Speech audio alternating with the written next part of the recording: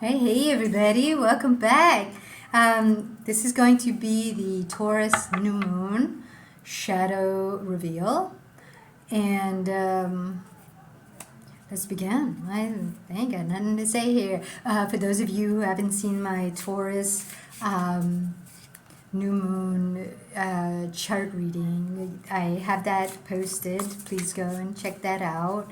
I do natal chart readings for those of you who don't already know, but most people on my channel know me. I did do the natal chart reading, and then I went into a explanation of Sedna.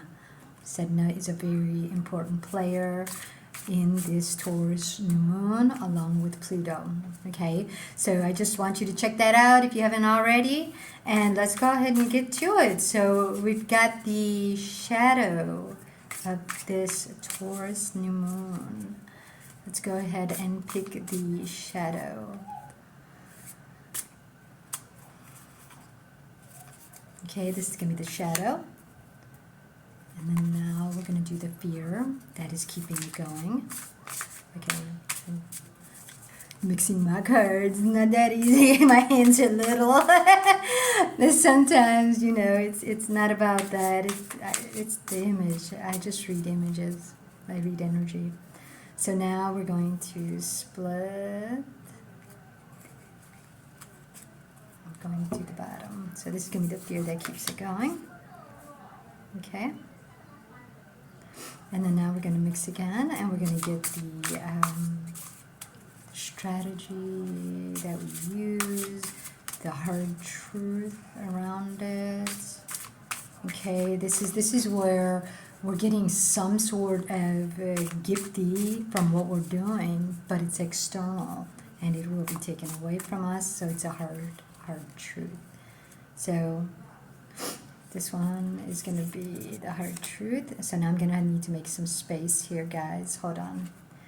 Let me do this. I have a keyboard behind here. So I'm going to just shift you back a little bit. Hold up. There you go. So this way you guys can see the cards. Okay. So we got 1, 2, and 3. Okay. And so now comes the responsibility, and the responsibility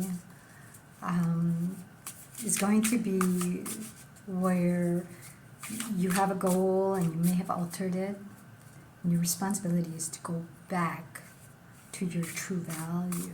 Okay, but you're going to have to see where you altered. Okay, and so that is the goal. And then now comes the relationship to self. And yes, today Holy Spirit said mix between every card. So I'm mixing between every card.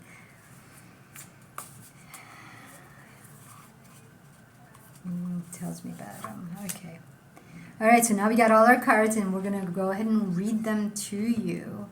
So first is the shadow. Let's see what this Taurus new moon wants to reveal shadow-wise to us. Okay, and we got the 3 of Wands. Oh, wow. It's an ending, guys. But notice, 3 of Wands. The Gemini, to me, the Gemini house is the 3rd house. Gemini is a huge key player during this Taurus new moon. It is going to be up to... We're going to be uncovering a shadow that we're running on that Gemini believes is true, but it's really leading us to death. Okay, and it's walking with death. And that's the thing is, you know, I want to point out there's a building in the background here, and it's a church. Okay, I don't know if you guys can see that. It's very faint back here, right? There's a building. And it almost seems like it's in the mist. Okay, and why the mist, guys? Why a mist? A mist is almost like part air, but where water and air meet. Okay, it's almost like that condensation. But remember, guys, Neptune, the 3rd eye. Before you go out into Aquarius, into that air, into Libra, because your Gemini mind has that choice to take the body, listen to the feelings, but Neptune, you would have to come in, feel the feelings, the water. Well, what are you sensing? What are you feeling? And process it before you go out and make a decision. But sometimes instead of coming in and feeling our feelings, we use that Gemini mind and we take the third eye, go out. Because we say, I know. And that is the motto of Aquarius. I know. I know because I've been taught. My parents, the church, the Bible, school. I've been taught, through experience, okay, everything I've lived through. But remember, third eye perception is not the same as reality, okay? You could be perceiving something and you put something together for yourself. I'm never going to do that. But you weren't the one walking through it. So what was going on already out there is 5D energy. What you're putting together in your mind is your 3D, 4D world. But you weren't feeling that 5D energy. You were feeling what they were doing. It wasn't your feelings, though. So this is where we have to watch out for the mist. Because, like I said, we may have been taught something. We may have perceived something. And we put a feeling to it. Oh, I don't like that. I don't like how my parents would argue. I'm never going to do that. But you weren't in their shoes. You didn't go through it. You didn't process feelings. And maybe they didn't either, and that's why they argued and fought. But you have the opportunity to say, I'm going to process my feelings. I'm going to feel them. I'm going to come in first and deal with that, and then go out with my truth. Okay? And that's what I think this shadow is saying to us, is that if your Gemini mind is not listening to your Venus values, feelings, processing things, then you're already walking with external death. Okay? But let's see what keeps this going. Okay, so the fear that keeps this going. Oh, yeah, there it is. Look at that. That's Gemini right there. The Emperor, and it's actually Jupiter in Gemini. In my humble opinion, guys, the Emperor, I had to look at this card long and hard. When I first got my cards, I was looking at all the pictures and just really admiring them. But the Emperor here, if you notice, he has a raven. Look at it right there on his knee. There's a raven. Now, I say it's a raven because his beak is pretty big, but it could be a crow. Either way, they're both smart. One just flies together, the other one flies solo. Okay, so you just have to decide what that is for you. But the Emperor, guys, okay, is, in my humble opinion, so when our Mercury learned things out there, Jupiter, remember, Jupiter is Sagittarius territory. Jupiter is where you are going to have your adventures, but it's an action energy because it's a fire. Jupiter is fire. It's not Earth. Capricorn is where everything's going to take place. Jupiter is going to be that fire energy that is going to go with the mind out. Because remember, water is in your body. It's going to meet, the Mercury Virgo. Okay, Virgo, Mercury. And then it's going to go up. And this is where the fire and air, the water, fire, and air produce your action going forward into creation. Okay, but you need all your energies. You can't just have the earth, avoid the water, and then take the air and fire and go out. This is where we have heart attacks, guys. This is where we have palpitations, because there's a gap. There's a skip. you're trying to do something. Excuse me. This is the Emperor.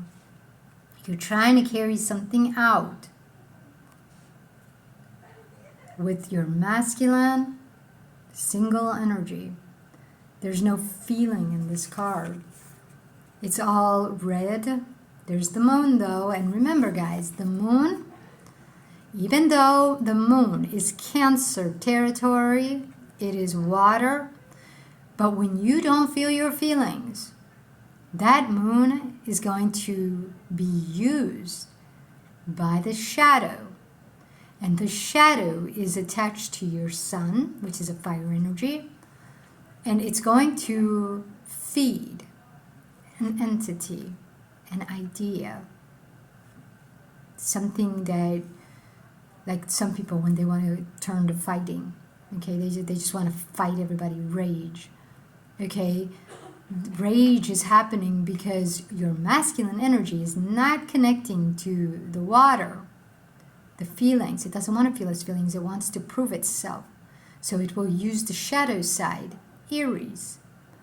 And Aries, the goddess of discord, will more than likely help you out. Bring in Sedna, bring in whoever.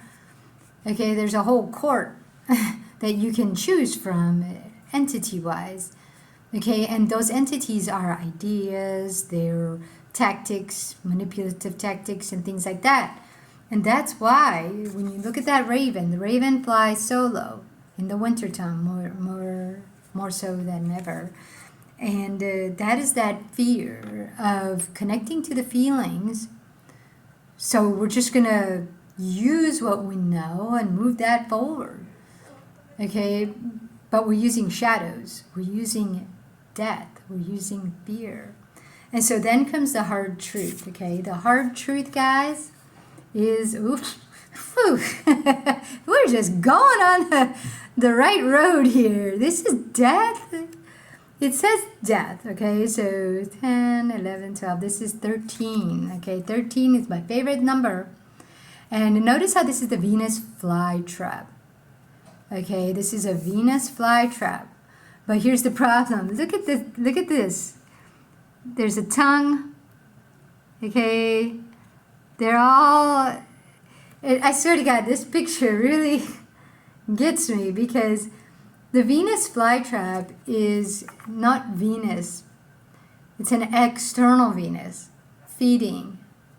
And that's why death, the Venus flytrap, is because if you've already blocked out, killed off your Venus because of spiritual belief, external people's ideas, okay, and you're afraid to go back, so you use the shadow side.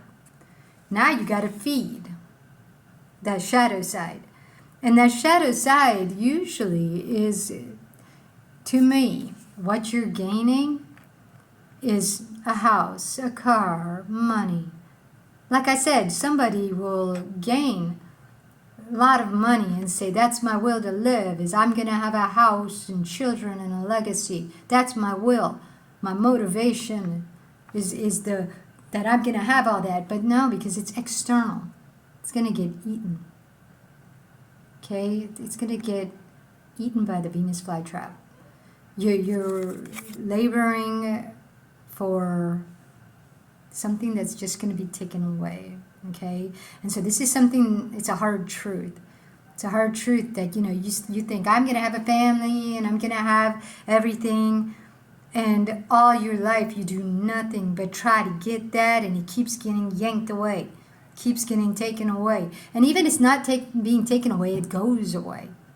You could have children and they say, I don't want to live with you anymore. Okay, that's what happened to me. I ended up, having a husband who abused me.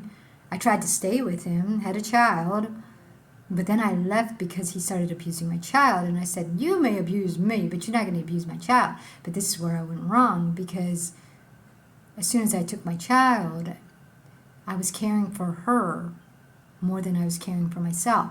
And my child got confused and said, well, you don't love yourself, but you love me? That doesn't make sense. Okay, so my child started feeling like I didn't love her.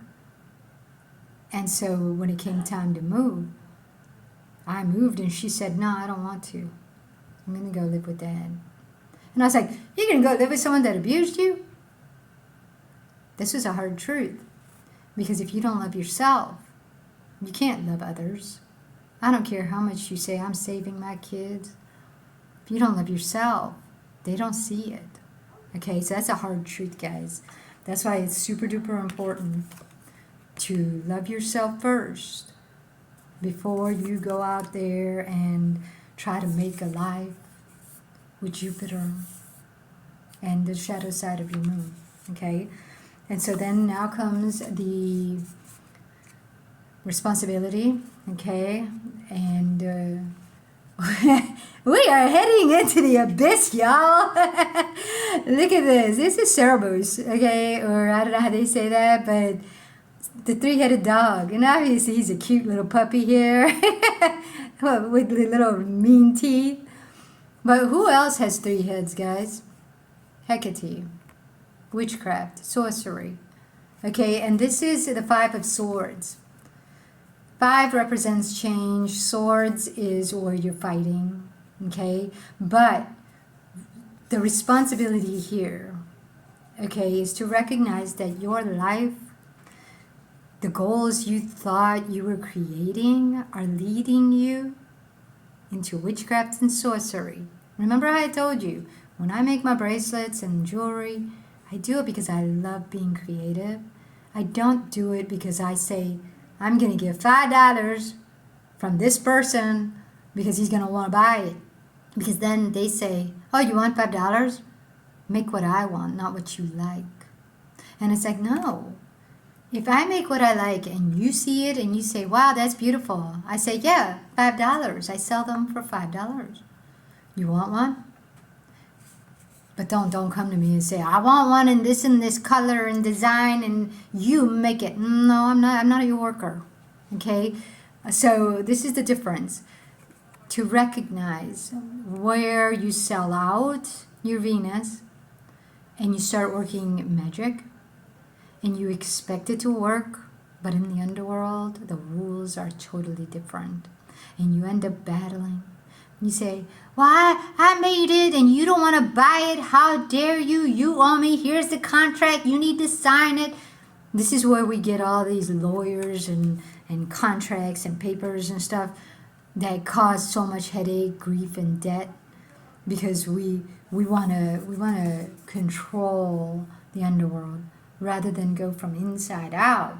We're trying to go out there and every corner we want to try to control it. Okay, and the last card is the relationship to self that we need to heal. Okay, oh wow, this is beautiful. Okay, we've got the World. Okay, and this card is the last card, but the World, you guys, check it out. First of all, what do you see? Okay, her head is in the clouds. It's in the stars. The moon is behind. She's almost eclipsing. She's in a doorway, like a stage. Okay, she's coming off the stage because there's the curtain. And she's stepping into the world. But she's coming from an internal world. She's stepping out. And what's interesting to note, though, is notice how there's planets. There's planets out here. And there's nature. So when she steps out into the world, the problem is her head is disconnected from her body by the stars. And she's clutching her heart. It's almost to say she's trying to hug herself and love herself, but she can't. Okay, she's holding the cloak on. But the stars, guys, remember how I mentioned to you about the stars? Stars are other people's play. Okay, it's other people's life story, other people's experience. And when we follow the stars, okay, we start to say, I come from the Pleiades, I come from, Sirius. this constellation or this series of stars. But remember, when you're born into this earth, it's because you're here to connect to your truth, to your Venus. You have to let go of the stars in order to reconnect with your moon, which is Holy Spirit. Let go of all that external voices. Reconnect your head to your body. And have a relationship with who you are and who you came here to be. Because believe it or not, you may have been born into a family like me. You know, my father used to say, we come from Sirius. And I'm like, I just don't know if that's what I believe in, okay? And, you know, they did. And so they were the stars around my head. And sure, when you're a kid, you want to be just like your family. You love your family. You want to be them. You get excited. I'm serious. I'm this. I'm that. You know, but reality is your Venus, your Holy Spirit, your internal energetics, which is in your chart, is who you really are. And when you relate yourself to your family, you might find you're plutonic. Because more than likely, that's why you chose your family, is because you want to level up that aspect of fear that they are reflecting to you in relationship. So we don't know, but a lot of times it's our family that we come here, that we choose, and that is what is going to be what needs to be let go of. And it's not to say you hate your family. I still have my mom and sister and brother, you know, on Facebook. When we talk, it's almost like I respect what they believe, but I don't have that same belief. Okay, I don't know if they respect what I believe. They do, because they don't talk about it. We just keep ourselves, ourselves. But we definitely live a different life. They sometimes do look down on me, and I had to correct them and say, you don't know that. You have to ask me, you know. But yeah, guys, so this is the shadow of the Taurus New Moon, is your Venus. If your Venus is dead, it's going to be awakening. During this Taurus New Moon, and after Pluto retrograde is coming back to share with you where you put your Venus down and what shadow you've been running on. Okay, what Jupiter ghost you've been running with. Okay, and it's been leading to a lot of death.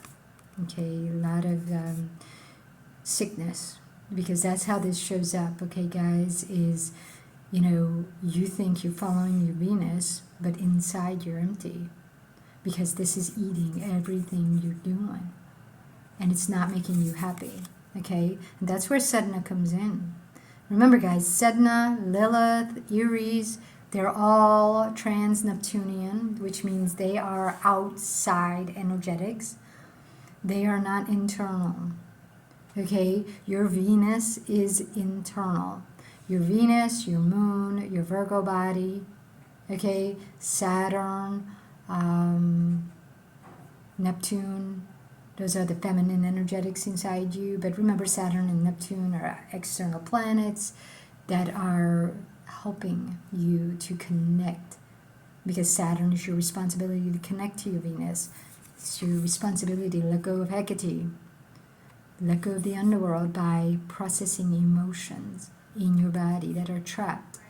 Okay, stop feeding the dog. Not like that. I mean, you know what I mean. But anyways, guys, so that's all I have for the Taurus New Moon reading. I hope this was beneficial for you, and I will see you guys tomorrow. Ciao.